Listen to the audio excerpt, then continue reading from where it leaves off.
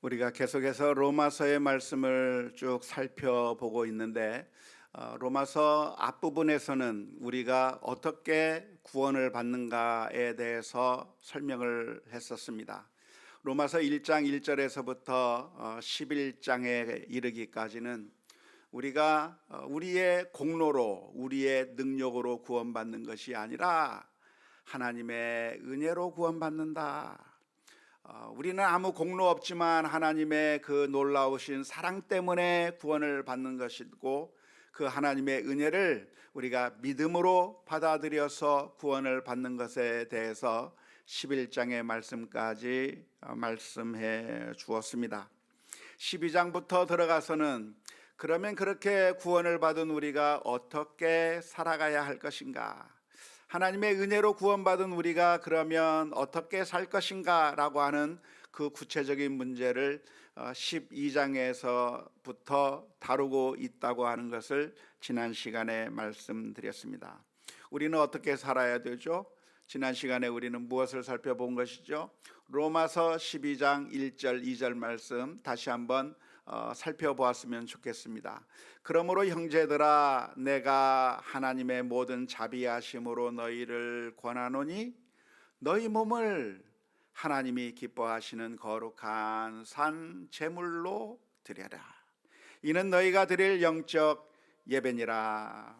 너희는 이 세대를 본받지 말고 오직 마음을 새롭게 함으로 변화를 받아 하나님의 선하시고 기뻐하시고 온전하신 뜻이 무엇인지 분별하도록 하라 하는 게 우리가 지난 시간에 우리가 살펴본 말씀입니다. 우리가 하나님의 은혜로 구원을 받았다고 한다면 내 공로가 아니라 하나님께서 거저 주시는 은혜로 우리가 구원을 받았다고 한다면 그러면 우리는 어떻게 살 것인가? 막 아무렇게나 살 것이 아니라 이제는 우리 자신을 하나님께 살아있는 제물로 드려야 한다. 우리가 우리 자신을 하나님께 살아있는 죽이는 제사가 아니라 살아있는 상태로 드리는, 하나님 앞에 온전히 드리는 제물이 되어야 한다고 했는데, 그렇게 우리 몸을, 우리 삶을 하나님 앞에 드리는 것이 영적인 예배인 것인데, 과연 그 영적인 예배는 어떻게 드려야 한다고 기록하고 있는 것이죠? 하나님의 뜻을 분별하는 삶을 살아라 라고 말씀한 것을 지난 시간에 우리가 살펴보았습니다. 하나님의 선하시고 기뻐하시고 온전하신 뜻을 분별하라고 했으니까 분별하기만 하면 되는 건가요? 분별하기만 하면 되는 것이 아니라, 분별했다고 한다면, 그 분별해서 하나님의 뜻이라고 한다면 순종하는 삶을 사는 것이 옳다고 믿습니다. 이 로마서 12장 1절 2절 말씀을 가지고 우리가 말씀을 나누었는데, 이 말씀을 들으신 후에 여러분들 이 말씀을 깊이 묵상해 보셨습니까?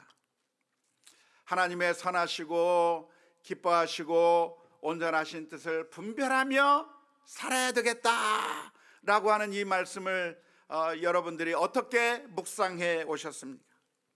아마 이 말씀을 깊이 묵상하셨다고 한다면 우리들의 마음 가운데 질문이 하나 떠올랐을 겁니다.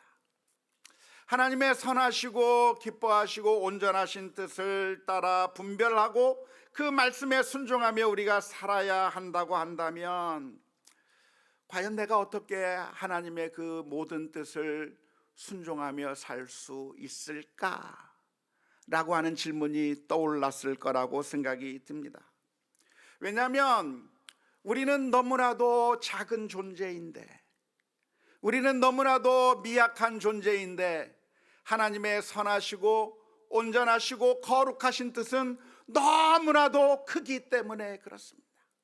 하나님의 뜻은 무엇인가? 너무나도 많고 크고 웅장한데, 우리 자신은 어떤 사람인가?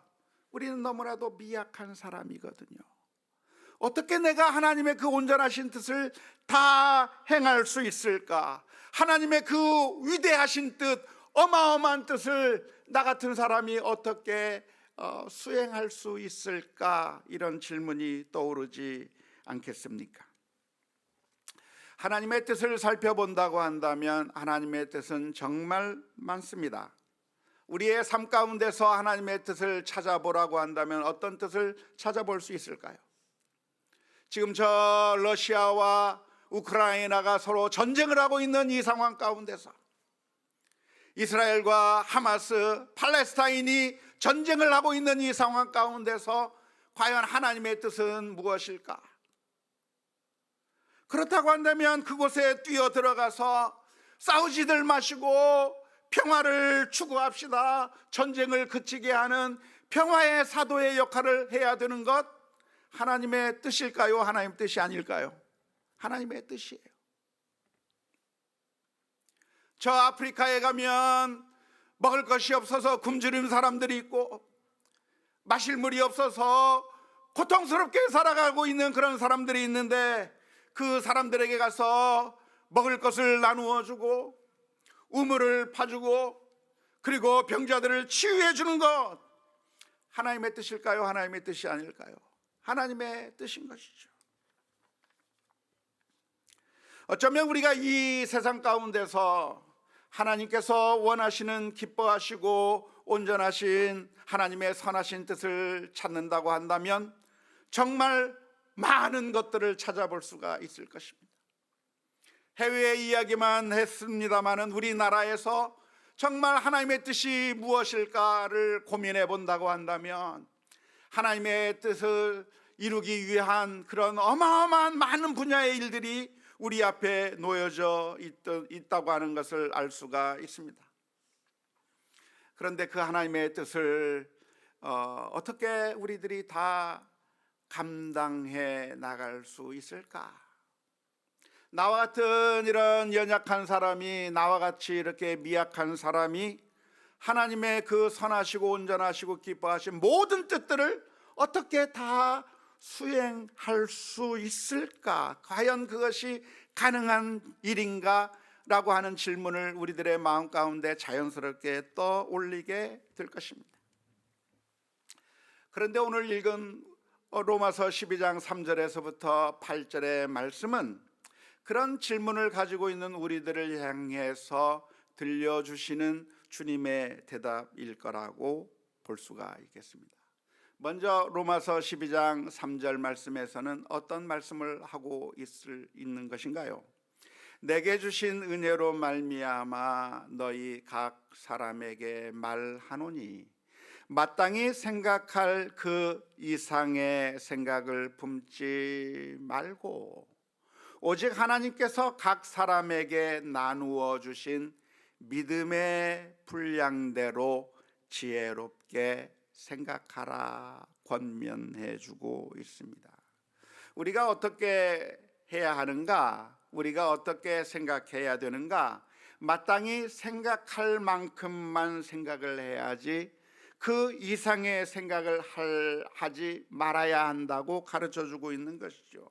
사람들에게 주어진 분량이 있다는 것입니다. 사람들에게 주어진 양이 있다고 하는 겁니다. 내게 주어진 그 분량에 따라 그 분량에 적절하게 생각하고 그 분량에 따라 일하는 것이 지혜로운 것이지, 내게 주어진 분량이 이만큼인데 그 분량을 초과해서 그것의 분량에 맞지 않는 그 이상의 생각을 하는 것은 지혜로운 일이 아니다. 그렇게 하는 것은 옳은 것이 아니다라고 오늘 로마서 12장 3절 말씀까지 3절에서 가르쳐 주고 있는 것입니다. 한마디로 말씀드리자면 이 세상에 있는 하나님께서 기뻐하실 일들을 찾으라고 한다면 정말 많은 하나님께서 기뻐하실 만한 일들이 너무나도 많이 있을 것입니다. 하지만 그 모든 것들을 우리가 다 해야 되는가? 선한 일이기 때문에, 옳은 일이기 때문에, 당연히 해야 할 일이기 때문에 우리가 그 모든 것들을 다 해야 하는가? 라고 하는 그 질문에 대해서 그게 아니라 내게 주어진 사명이 있고 내게 주어진 분량이 있는데 그 분량에 맞게, 나에게 주어진 그 사명에 맞게 감당하고 그것에 맞게 행동하는 것이 지혜로운 일이라고 오늘 이 본문의 말씀 가운데서 알려주고 있는 것입니다. 우리는 어떤 존재인가? 우리는 하나님이 아니에요. 하나님은 동시에 모든 것을 한꺼번에 완벽하게 하실 수 있는 분은 하나님이십니다. 하지만 우리는 어떤 존재인가? 우리는 하나님이 아니기 때문에 시간의 제약이 있고 장소의 제약이 있고 우리가 사용할 수 있는 그 자원의 제약이 있는 사람들인 것입니다.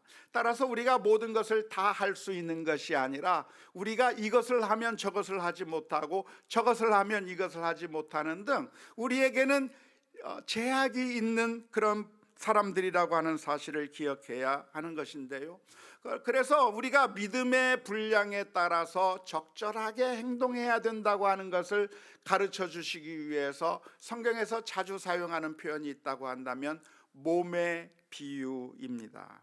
로마서 12장 4절에서부터 5절 말씀 가운데 이렇게 기록합니다. 우리가 한 몸에 많은 지체를 가졌으나 모든 지체가 같은 기능을 가진 것이 아니니 이와 같이 우리 많은 사람이 그리스도 안에서 한 몸이 되어 서로 지체가 되었느니라.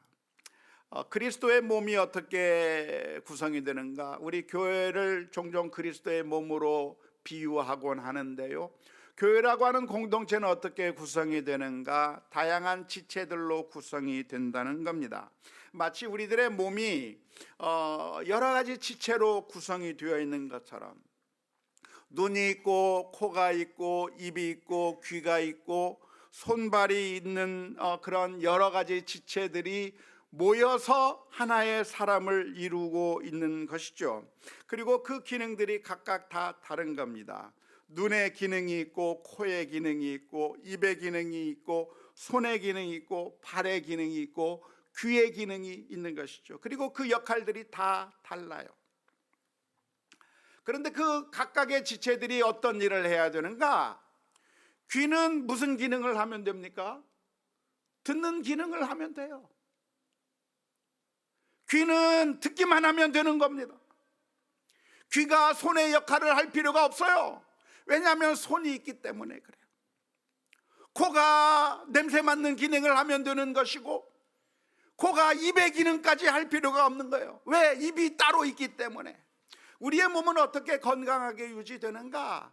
각각의 지체들이 자신이 맡은 그 사명들을 잘 감당해 나갈 때 그 사람이 제대로 살아갈 수가 있는 것입니다. 각각의 지체가 다 각각 역할이 달라서 눈은 보고 코는 냄새를 맡고 입은 말하고 먹고 귀는 소리를 듣고 손은 만지고 발은 걸어가서 그래서 한 사람이 움직일 수 있는 것이지, 모두가 다 보겠다고 말하고 모두가 다 듣겠다고 말하고 모두가 다 먹겠다고 말하면 그러면 그 육체는 정상적인 기능을 할 수가 없을 것입니다.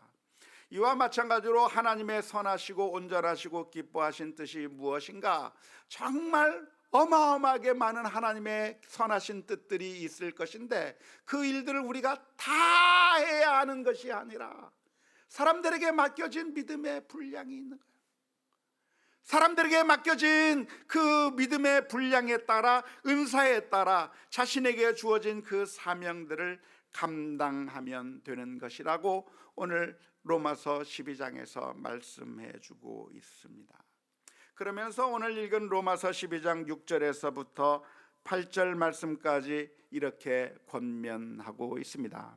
우리에게 주신 은혜대로 받은 은사가 각각 다르니 혹 예언이면 믿음의 분수대로, 혹 섬기는 일이면 섬기는 일로, 혹 가르치는 자면 가르치는 일로, 혹 위로하는 자면 위로하는 일로, 구제하는 자는 성실함으로, 다스리는 자는 부지런함으로, 긍휼을 베푸는 자는 즐거움으로 할 것이니라. 한 사람이 모든 사역을 다 해야 하는 것이 아니라 자신에게 주어진 분량이 무엇인지 분별해서 자신이 할 수 있는, 자신이 감당할 수 있는 일들을 하는 것이 옳은 것이지 모든 선한 일을 다 할 수는 없다고 하는 게 오늘 본문의 말씀입니다. 하나님은 어떤 하나님이십니까? 하나님은 우리에게 사명을 주시면서 그 사명대로 살기를 원하시는 하나님이신데, 그런데 하나님께서 우리에게 주시지 않는 것까지 내놓으라고 말씀하시는 하나님이 아니에요. 우리에게 맡겨놓으신 것을, 그 맡겨놓으신 그 은사, 그 사명에 따라 잘 살았는가를 주님께서 물으시는 하나님이시지만, 은사도 주지 않고 맡겨주지도 않은 것에 대해서 왜 하지 않았느냐고 책망하시는 하나님이 아닌 것이죠. 고린도후서 8장 12절의 말씀 가운데서 이렇게 기록하고 있습니다. 고린도후서 8장 12절 말씀이죠. 할 마음만 있으며 있는 대로 받으실 터이요 없는 것은 받지 아니하시리라. 고린도 교회를 향해서 헌금을 독려하면서 썼던 말 가운데 한 구절인데요, 하나님께서는 무엇을 받으시는가? 우리가 가지고 있고 그래서 할 수 있는 것을 드렸을 때 하나님께서 그것을 받으시는 것이지, 없는 사람에게서 왜 헌금하지 않느냐, 없는 사람을 향해서 그 없는 것도 내놓아야 된다라고 말하는 조폭과 같은 하나님이 아니라고 말씀해 주고 있는 것이죠. 하나님은 무엇을 찾는가? 맡겨놓으시고 그것을 확인하시는 하나님이지, 맡겨놓지 아니하시고 그것을 내놓으라고 말하는 조폭과 같은 하나님이 아니라고 말씀하고 계시는 겁니다. 한 번은 예수님께서 수많은 사람들을 먹여야 하는 그 상황 가운데 예수님께서는 너희에게 무엇이 있느냐고 물었습니다. 그때 어떤 한 소년이 가지고 있던 보리떡 5개와 물고기 2마리를 가지고 나왔습니다. 그 물고기 2마리와 보리떡 5개를 보신 주님께서 화를 내면서 이거 가지고 누구 코에 붙이냐고 그렇게 그것을 무찔러 버린 것이 아니라, 주님께서는 그 어린아이의 그 작은 선물을 보시고 받으셨어요. 그것만 있기 때문에 그것을 드린 것이고, 그것을 주님께서 기쁘게 받으신 것이죠. 없는 것을 내놓으라고 하는 것이 아니라 있는 것만 내놓으면 주님께서 그것을 기쁘게 받으시고, 그래서 5,000명이라고 하는 수많은 사람들을 먹이시는 놀라운 역사가 일어나게 된 것이죠. 달란트의 비유에 보면 5달란트, 2달란트, 1달란트 맡은 종이 나오는데요, 1달란트 맡았던 종이 충성하지 않고 그 돈을 땅속에 감추어 놓았다가 책망을 받는다고 하는 이야기가 달란트의 비유 가운데 놓여져 있는데요, 주인이 그 1달란트 맡은 종을 향해서 책망했던 내용이 무슨 내용입니까? 네가 왜 5달란트를 안 가지고 왔느냐라고 책망한 게 아니에요. 1달란트를 맡겼던 그 종을 향해서 쟤는 5달란트를 남겼는데 너는 왜 못 남겼느냐, 5달란트를 왜 5달란트를 못 남겼느냐고 책망하시는 것이 아니라, 1달란트를 줬으면 그 1달란트를 가지고 은행에 맡기든지 무엇을 하든지 그것을 가지고 할 수 있는 것을 했어야 되는데 아무것도 하지 않은 것에 대해서 책망하신 것이죠. 오늘 우리는 하나님의 뜻을 분별해야 하는 것이고, 하나님의 선하시고 온전하시고 기뻐하신 뜻이라고 한다면 순종해야 합니다. 하지만 이 세상의 모든 선한 일을 다 할 수가 없는 것이죠. 그것은 가능하지가 않는 것이고 하나님께서 원하시는 것도 아닙니다. 하나님께서 내게 무슨 은사를 맡기셨는가, 하나님께서 나에게 어떠한 것을 주셨는가를 생각하고 내가 할 수 있는 만큼 내가 해야 되는 것을 하는 것이, 믿음의 분량에 따라 하나님께서 주신 은사에 따라 순종해 나가는 것이, 그것이 주님께서 원하시는 거라고 하는 사실을 기억할 수 있기를 주님의 이름으로 축원합니다. 하지만 오해하지 마십시오.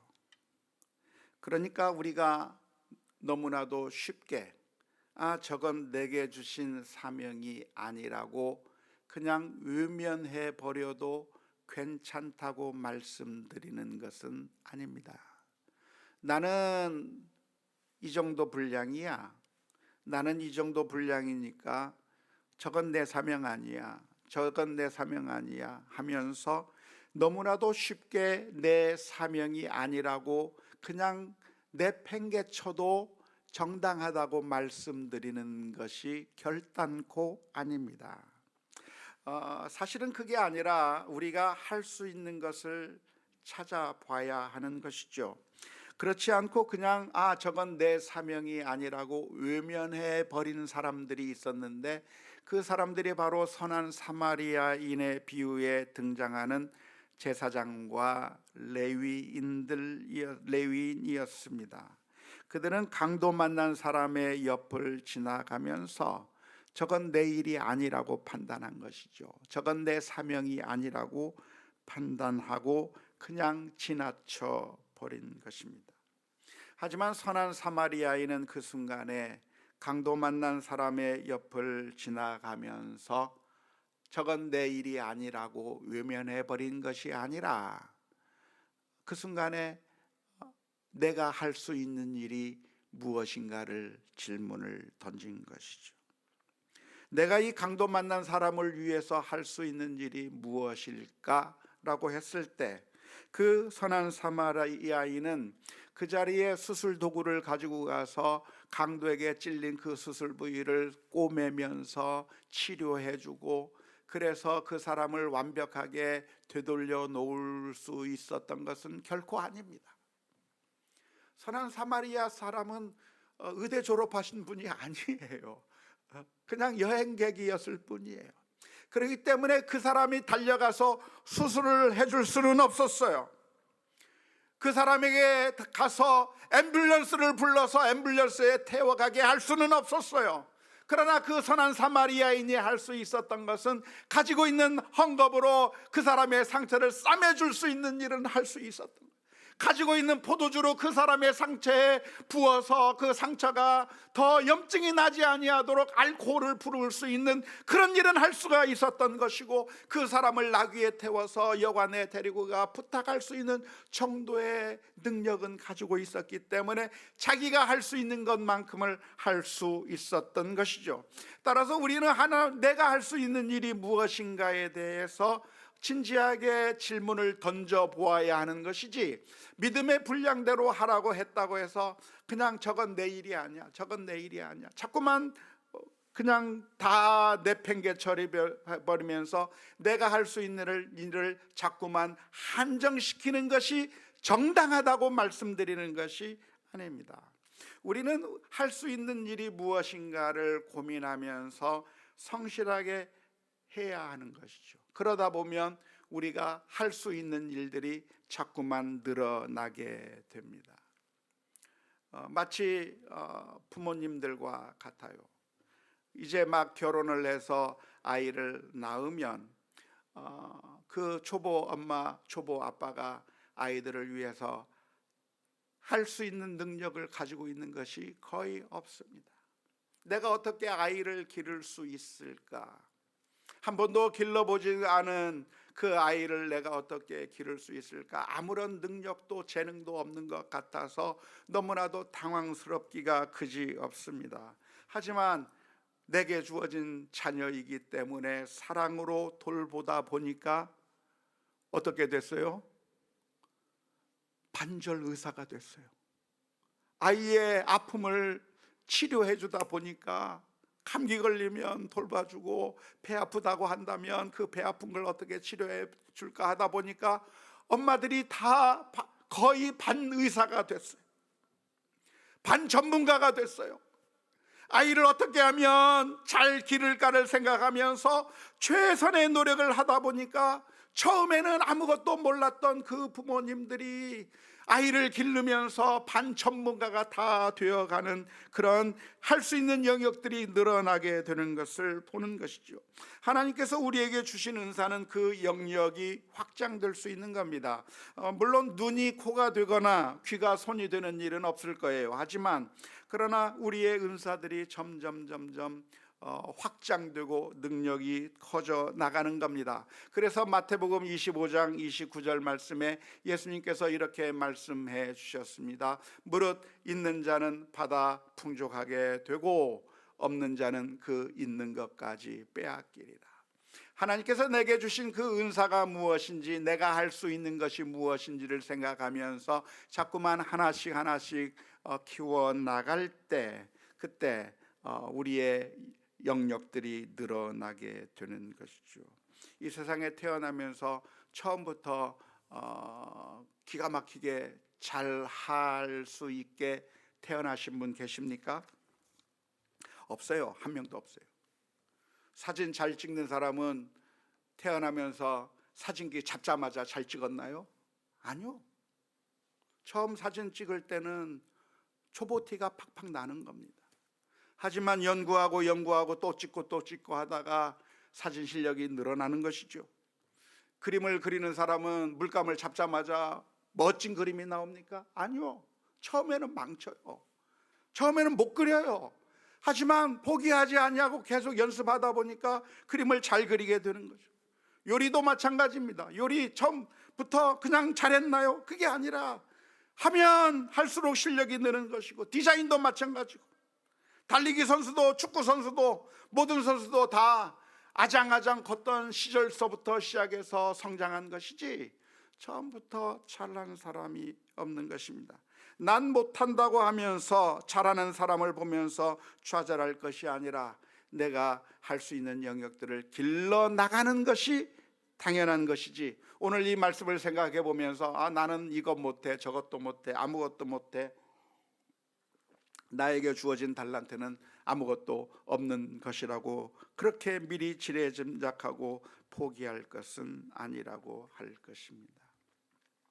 오늘 본문의 말씀, 우리가 그런 사명들을 감당할 때 어떻게 감당해야 하는가, 그 감당할 때의 마음의 자세에 대해서 표현해 주고 있습니다.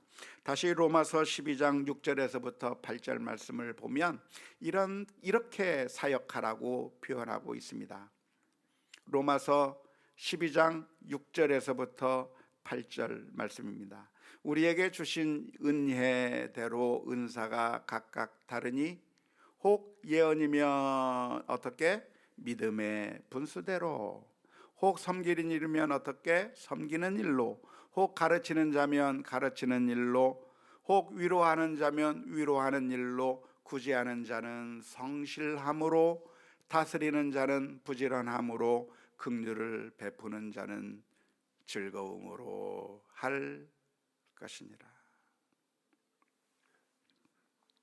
어떻게 해야 하는가에 대해서, 어떤 자세로 해야 되는가에 대해서 설명하는 가운데 그냥 마치 아무 의미가 없는 표현을 반복해 놓은 것 같은데 8절에서만 구제하는 자는 성실함으로 할 사람은 구제하는 자로, 그리고 다스리는 자는 부지런함으로, 즐거움으로 해야 될 사람은 긍휼을 베푸는 경우에 언급해 주고 있는데요.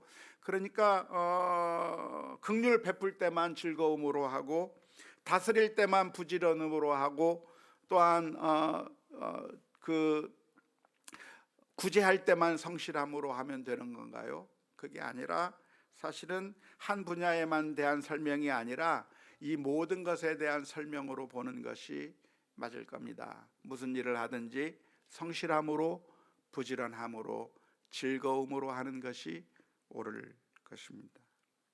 무슨 일을 하든지 기쁨으로 해야 하는 것이죠. 성실함으로 해야 되는 것이죠. 근면함으로 해야 되는 것이죠. 기쁨으로 해야 되는데 왜 그렇게 해야 되는가? 억지로 하지 말아야 될 이유가 무엇이겠습니까? 우리가 구제한다면, 우리가 남을 돕는다면, 다스린다면, 긍휼을 베푼다면, 성실하고 근면하고 부지런하고 즐거움으로 해야 될 이유가 무엇이겠습니까? 첫 번째 이유, 사명이 축복이기 때문에 그렇습니다. 주님께서 하시는 말씀이 주는 것이 받는 것보다 복되다고 하셨거든요. 사도행전 20장 35절의 말씀에 범사에 여러분에게 모본을 보여준 바와 같이 수고하여 약한 사람들을 돕고 또 주 예수께서 친히 말씀하신 바 주는 것이 받는 것보다 복이 있다 하심을 기억하여야 할지니라 라고 말씀해 주셨는데, 우리가 우리의 사명을 신실하게 성실하게 부지런함으로 그리고 기쁨으로 해야 될 이유가 무엇입니까? 주는 것이 받는 것보다, 사명을 가지고 다른 사람들에게 그 사명을 수행하는 것이 내가 도움을 받는 것보다 복된 일이기 때문입니다. 주는 것이 복된 이유가 무엇이에요? 주는 것은 하나님께 받았다는 것을 고백하는 것이기 때문에 그렇습니다. 주지 못하고 받는 것은 하나님께 내가 못 받았다고 하는 것을 말하는 것이기 때문에 그렇습니다. 따라서 누가 복된 자입니까? 주는 자, 사명을 가지고 실천하는 자가 복된 것이죠. 연말이 다가오면서 추수감사절과 그리고 성탄절을 다가오면서 우리가 매년 우리 이웃들에게 저소득층 사람들에게 라면 상자를 이렇게 나누어 주던 일들을 금년에도 또 해야 하지 않겠는가 라고 하면서 우리 교역자들하고 같이 이야기를 나누었습니다. 그런데 이런 말을 해요. 목사님, 이렇게 나누는 것은 좋긴 좋은데 부담스러워하는 성도님들도 계시는 것 같아요. 그런 이야기를 듣게 될 때 좀 망설여져요. 너무 큰 부담을 주고 너무 큰 어려움은 마음에 힘든 일들을 시키는 것이 참 망설여지는 느낌을 받았습니다. 그런데 그 이야기를 듣고 나서 고민을 하고 또 하나님의 말씀을 묵상하고 있는 가운데 그래도 우리가 하는 게 복된 일이 아니겠는가, 할 수 있는 만큼 하면 되지 않겠는가.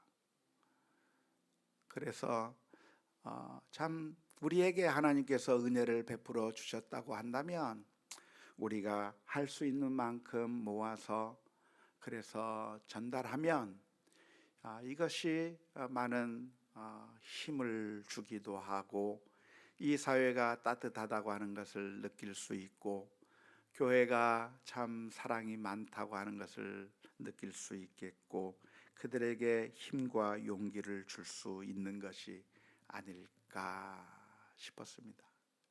한 상자를 다 못한다고 한다면 할 수 있는 금액만큼이라도 헌금을 해서 참여하던가, 이 정도까지 할 수 없는 사람이라고 한다면 그냥 기도만이라도 하더라도 하는 것이 좋지 않겠는가. 내 일 아니다, 내가 할 수 없다 지레 생각해버리고 포기하는 것보다는 내가 보리떡 5개 물고기 2마리를 드렸던 것처럼 내가 할 수 있는 만큼 하면 어떨까라는 생각을 했습니다. 두 번째로 우리가 기쁨과 부지런함과 성실함으로 해야 될 이유가 무엇입니까? 그것은 바로 우리 주님께서 우리들에게 사랑을 베푸실 때에도 주님께서 아무런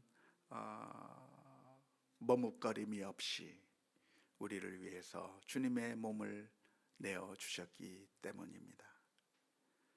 강도 만난 사람을 위해서 자신의 모든 여행 계획을 포기하고 자신의 모든 재정 사용 계획을 포기하고 그 강도 만난 사람을 살리기 위해 자신의 모든 것들을 주었던 선한 사마리아인처럼 우리 주님께서는 우리를 살리시기 위해서 십자가 위에서 모든 것을 다 내어주신 하나님의 놀라운 사랑을 우리가 받았다고 한다면 내 일이 아니라고 그냥 지레 그냥 포기해버리고 그냥 하나님의 사명을 모른 척하는 것이 아니라 기쁨으로 성실함으로 부지런함으로 감당해 나가는 우리 모두가 다 될 수 있기를 주님의 이름으로 축원합니다.